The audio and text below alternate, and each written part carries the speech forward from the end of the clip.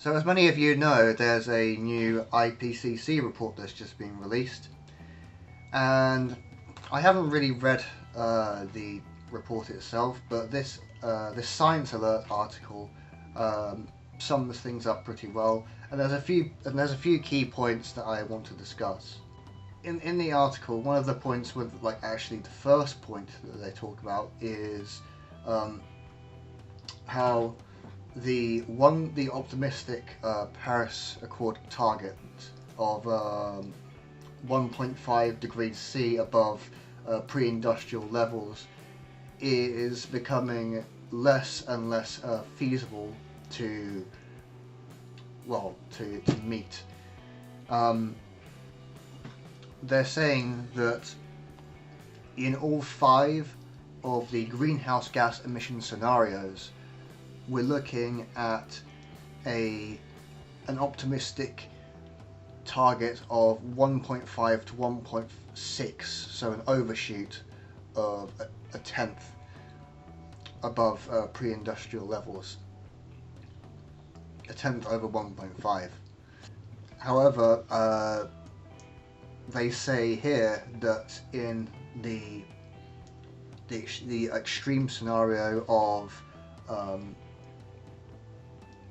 humanity being completely reckless and doing basically nothing to combat climate change, we are looking at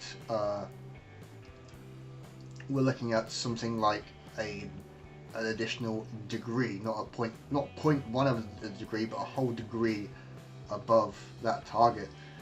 They say that there's a silver lining though, which is that if we do everything right, after overshooting the 1.5 degrees threshold, if we do everything right, so if we have full green energy, if we cut down on all emissions, etc., then we're looking at around 1.4 degrees above sea level.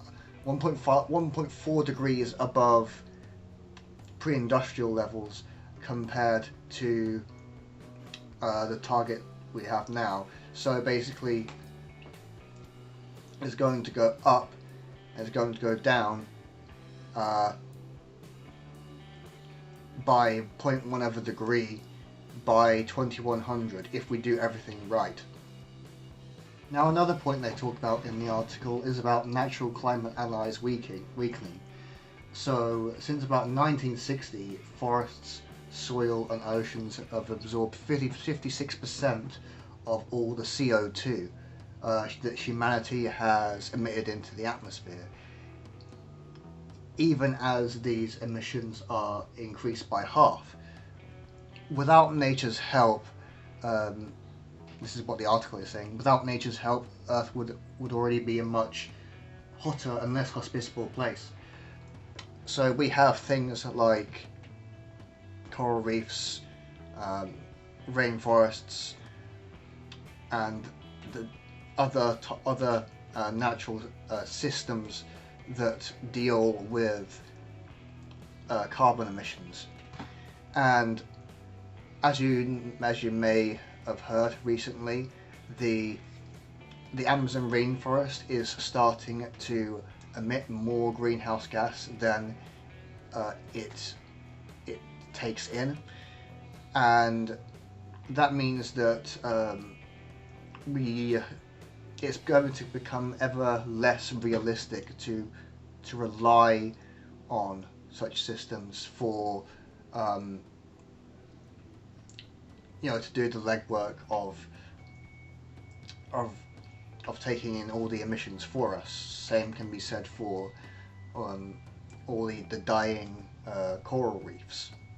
Yeah, the article is just reminding me the proper term is carbon sinks, and not to mention that the ocean is the world's oceans are the biggest carbon sink we have, and they are being increasingly saturated by CO2 as well.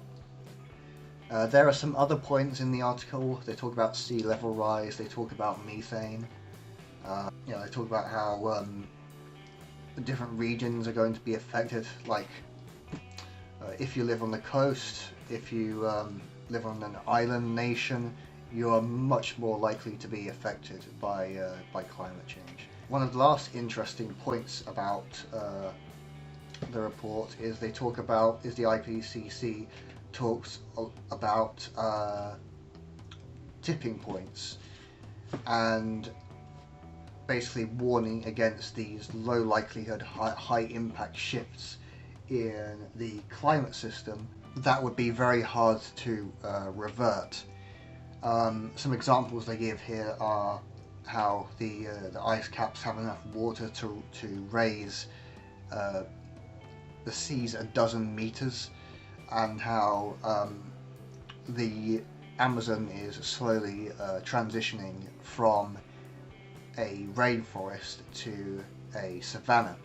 So what are my takes on this? Well, the first thing reading from this, that I think the IPCC is really trying to hammer through here, is that global warming, it isn't this inevitable thing that we're going to have to deal with no matter what. It's entirely controllable if we do everything right, such as, you know, switch to renewable technology, stop emitting greenhouse gas emissions, perhaps change the way our agriculture functions. And if we do all of these things, and of course more, we will be looking at decreasing the warming that we have done upon the Earth in slow increments by 2100. Now, of course, there are things we can do to speed up that process. We can start to reforest the Amazon. We can start to look at ways of propagating more coral reefs and such, and this sort of ties into the natural allies.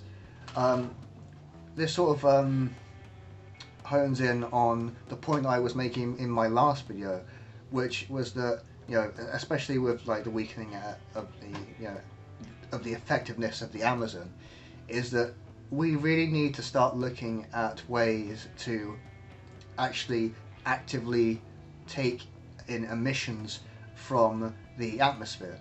Now we can do that in many ways through, and I know a lot of people decry carbon capture. Probably the reason why they do that is because a lot of carbon capture happens alongside fossil fuels. When you remove fossil fuels from the equation and you just do carbon capture by either, you know, via algae or via, you know, direct air capture or whatever, you just do that just for the sake of sucking in CO2 and turning it into reusable products. You know, it's a resource you can use to make other products rather. You know, we really ought to start thinking about CO2 as a resource. You know, it can be made into plastics, it can be turned into various fuels via different chemical methods, and so many other things. You know, you open a can of pop, it's carbonated, it's got CO2 in it, and there's so many other uses for CO2 as well. Fire extinguishers, you name it. So if we was to create such an industry that reused CO2 for various things, we would also be saving the planet as well. But in the current system, that's probably not going to happen, because in the current system, it's much cheaper to pollute and to emit greenhouse gas emissions and to just dump waste, rather than to, you know, to have a circular economy and deal with waste properly and deal with emissions properly. Because in the monetary system we have now, that costs businesses money to deal with that. That cuts into profits, and so there is in fact in the current system there is a disincentive to deal with problems that inevitably lead to climate change. So at least in my view, I think that if we are to do what is necessary to prevent climate catastrophe, we ought to start working towards a different economic model, a different socio-economic paradigm that is more equipped and has the right value set to address these issues. As I've said before, climate change is not a technologically difficult problem to solve. It's just the massive scale and the willingness that's needed to deal with climate change. There's a couple of reasons why I think issues like global warming and climate change aren't necessarily as alarming to the average person as they probably should be, and one of the reasons is, well, it's extremely gradual. It's incremental changes in the climate that are happening over spanning decades, and even centuries. And the other point is that the modern generations haven't really experienced in recent times how what a crisis looks like. COVID has been sort of a training course in how the globe can deal with and react to crisis, and this is something we're going to need.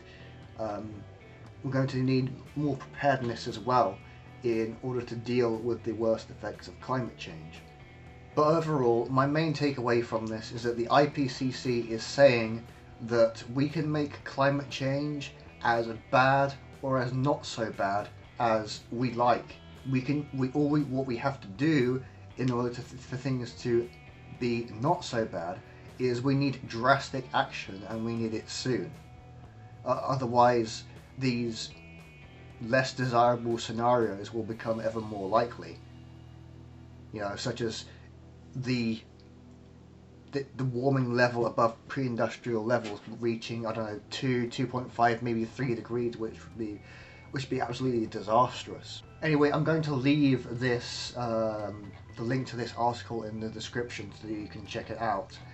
And yeah, that's my take on the new IPCC report.